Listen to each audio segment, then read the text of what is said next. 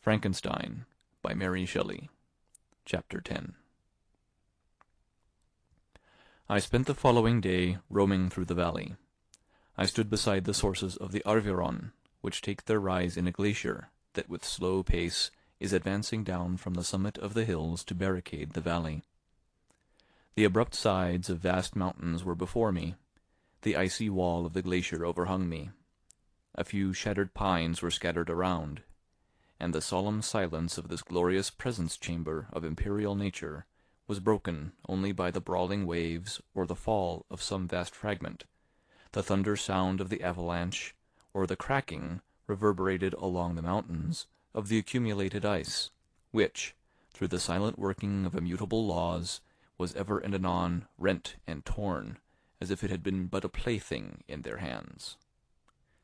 These sublime and magnificent scenes afforded me the greatest consolation that I was capable of receiving. They elevated me from all littleness of feeling, and although they did not remove my grief, they subdued and tranquillized it. In some degree, also, they diverted my mind from the thoughts over which it had brooded for the last month. I retired to rest at night, my slumbers, as it were, waited on and ministered to by the assemblance of grand shapes which I had contemplated during the day.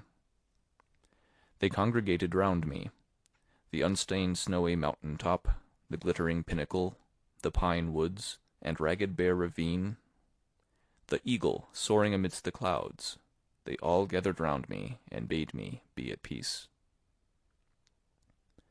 Where had they fled when the next morning I awoke? All of soul inspiriting fled with sleep, and dark melancholy clouded every thought. The rain was pouring in torrents, and thick mists hid the summits of the mountains, so that I even saw not the faces of those mighty friends.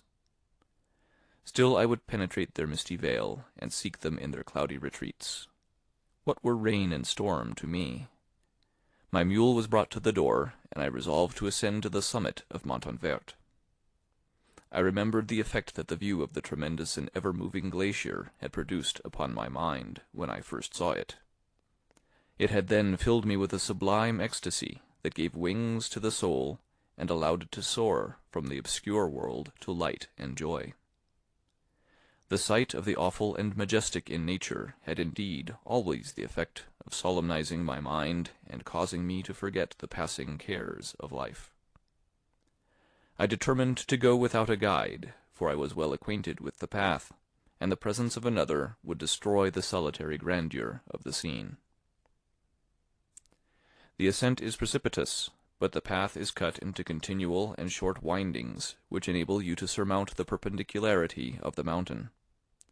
It is a scene terrifically desolate. In 1,000 spots the traces of the winter avalanche may be perceived, where trees lie broken and strewed on the ground, some entirely destroyed, others bent, leaning upon the jutting rocks of the mountain or transversely upon other trees. The path, as you ascend higher, is intersected by ravines of snow, down which stones continually roll from above. One of them is particularly dangerous, as the slightest sound, such as even speaking in a loud voice, produces a concussion of air sufficient to draw destruction upon the head of the speaker. The pines are not tall or luxuriant, but they are sombre and add an air of severity to the scene. I looked on the valley beneath. Vast mists were rising from the rivers which ran through it and curling in thick wreaths around the opposite mountains, whose summits were hid in the uniform clouds, while rain poured from the dark sky and added to the melancholy impression I received from the objects around me. Alas! Why does man boast of sensibilities superior to those apparent in the brute? It only renders them more necessary beings. If our impulses were confined to hunger, thirst, and desire, we might be nearly free. But now we are moved by every wind that blows, and a chance word or scene that word may convey to us. We rest, a dream has power to poison sleep. We rise, one wandering thought pollutes the day. We feel, conceive, or reason, laugh or weep, embrace fond woe, or cast our cares away. It is the same, for be it joy or sorrow, the path of its departure still is free. Man's yesterday may ne'er be like his morrow, naught may endure but mutability. It was nearly noon when I arrived at the top of the ascent. For some time I sat upon the rock that overlooks the sea of ice. A mist covered both that and the surrounding mountains. Presently a breeze dissipated the cloud, and I descended upon the glacier. The surface is very uneven, rising like the waves of a troubled sea, descending low, and interspersed by rifts that sink deep. The field of ice is almost a league in width, but I spent nearly 2 hours in crossing it. The opposite mountain is a bare perpendicular rock.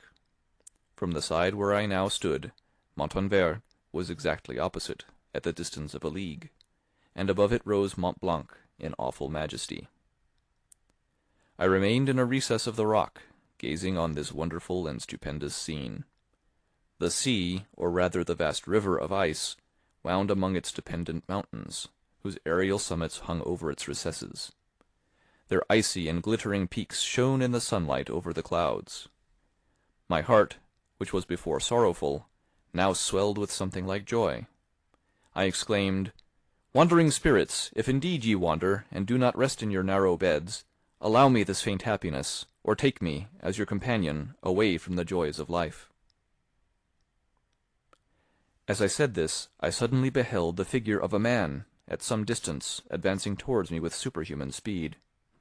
He bounded over the crevices in the ice, among which I had walked with caution. His stature also, as he approached, seemed to exceed that of man. I was troubled. A mist came over my eyes, and I felt a faintness seize me, but I was quickly restored by the cold gale of the mountains.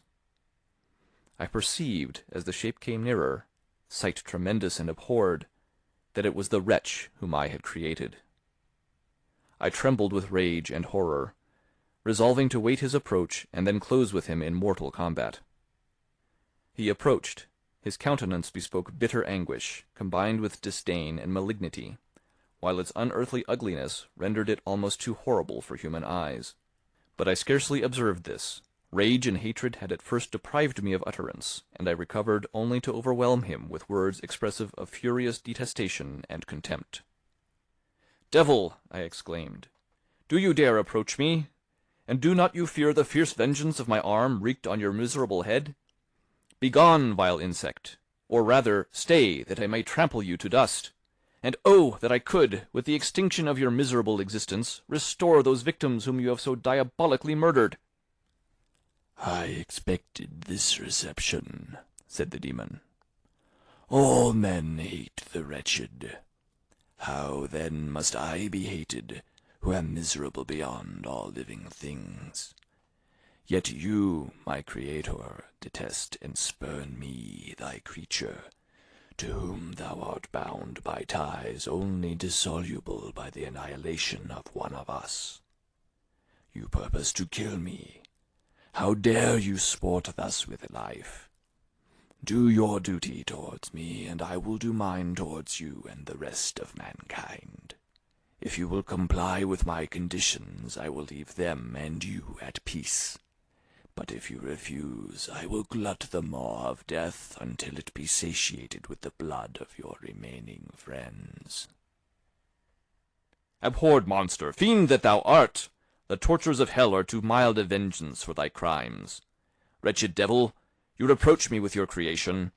Come on, then, that I may extinguish the spark which I so negligently bestowed." My rage was without bounds. I sprang on him, impelled by all the feelings which can arm one being against the existence of another. He easily eluded me and said, "Be calm. I entreat you to hear me before you give vent to your hatred on my devoted head. Have I not suffered enough that you seek to increase my misery? Life, although it may only be an accumulation of anguish, is dear to me, and I will defend it. Remember, thou hast made me more powerful than thyself. My height is superior to thine, my joints more supple. But I will not be tempted to set myself in opposition to thee. I am thy creature, and I will be even mild and docile to my natural lord and king, if thou wilt also perform thy part, the which thou owest me. O Frankenstein, be not equitable to every other, and trample upon me alone, to whom thy justice and even thy clemency and affection is most due. Remember that I am thy creature. I ought to be thy Adam, but I am rather the fallen angel, whom thou drivest from joy for no misdeed. Everywhere I see bliss, from which I alone am irrevocably excluded. I was benevolent and good. Misery made me a fiend. Make me happy, and I shall again be virtuous. Begone! I will not hear you. There can be no community between you and me. We are enemies. Begone, or let us try our strength in a fight in which one must fall. How can I move thee? Will no entreaties cause thee to turn a favourable eye upon thy creature, who implores thy goodness and compassion? Believe me, Frankenstein, I was benevolent. My soul glowed with love and humanity. But am I not alone, miserably alone? You, my creator, abhor me. What hope can I gather from your fellow creatures who owe me nothing? They spurn and hate me. The desert mountains and dreary glaciers are my refuge. I have wandered here many days. The caves of ice, which I only do not fear, are a dwelling to me, and the only one which man does not grudge. These bleak skies I hail, for they are kinder to me than your fellow beings. If the multitude of mankind knew of my existence, they would do as you do, and arm themselves for my destruction. Shall I not then hate them who abhor me? I will keep no terms with my enemies. I am miserable, and they shall share my wretchedness. Yet it is in your power to recompense me, and deliver them from an evil which it only remains for you to make so great that not only you and your family, but thousands of others, shall be swallowed up in the whirlwinds of its rage. Let your compassion be moved, and do not disdain me. Listen to my tale. When you have heard that, abandon or commiserate me, as you shall judge that I deserve. But hear me. The guilty are allowed by human laws, bloody as they are, to speak in their own defense before they are condemned. Listen to me, Frankenstein. You accuse me of murder, and yet you would, with a satisfied conscience, destroy your own creature. Oh, praise the eternal justice of man! Yet I ask you not to spare me. Listen to me, and then, if you can, and if you will, destroy the work of your hands. Why do you call to my remembrance, I rejoined, circumstances of which I shudder to reflect, that I have been the miserable origin and author? Cursed be the day, abhorred devil, in which you first saw light. Cursed, although I curse myself, be the hands that formed you. You have made me wretched beyond expression. You have left me no power to consider whether I am just to you or not. Begone! Relieve me from the sight of your detested form. Thus I relieve thee, my creator, he said, and placed his hated hands before my eyes, which I flung from me with violence. Thus I take from thee a sight which you abhor. Still thou canst listen to me, and grant me thy compassion. By the virtues that I once possessed, I demand this from you.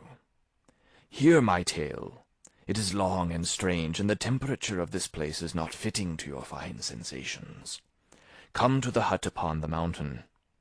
The sun is yet high in the heavens. Before it descends to hide itself behind your snowy precipices and illuminate another world, you will have heard my story and can decide. On you it rests, whether I quit forever the neighborhood of man and lead a harmless life, or become the scourge of your fellow creatures and the author of your own speedy ruin. As he said this, he led the way across the ice. I followed. My heart was full, and I did not answer him, but as I proceeded, I weighed the various arguments that he had used, and determined at least to listen to his tale.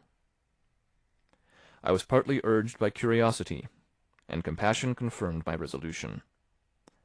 I had hitherto supposed him to be the murderer of my brother, and I eagerly sought a confirmation or denial of this opinion. For the first time, also, I felt what the duties of a creator towards his creature were, and that I ought to render him happy before I complained of his wickedness. These motives urged me to comply with his demand. We crossed the ice, therefore, and ascended the opposite rock. The air was cold, and the rain again began to descend. We entered the hut, the fiend with an air of exultation, I with a heavy heart and depressed spirits. But I consented to listen, and seating myself by the fire which my odious companion had lighted, he thus began his tale. End of Chapter 10.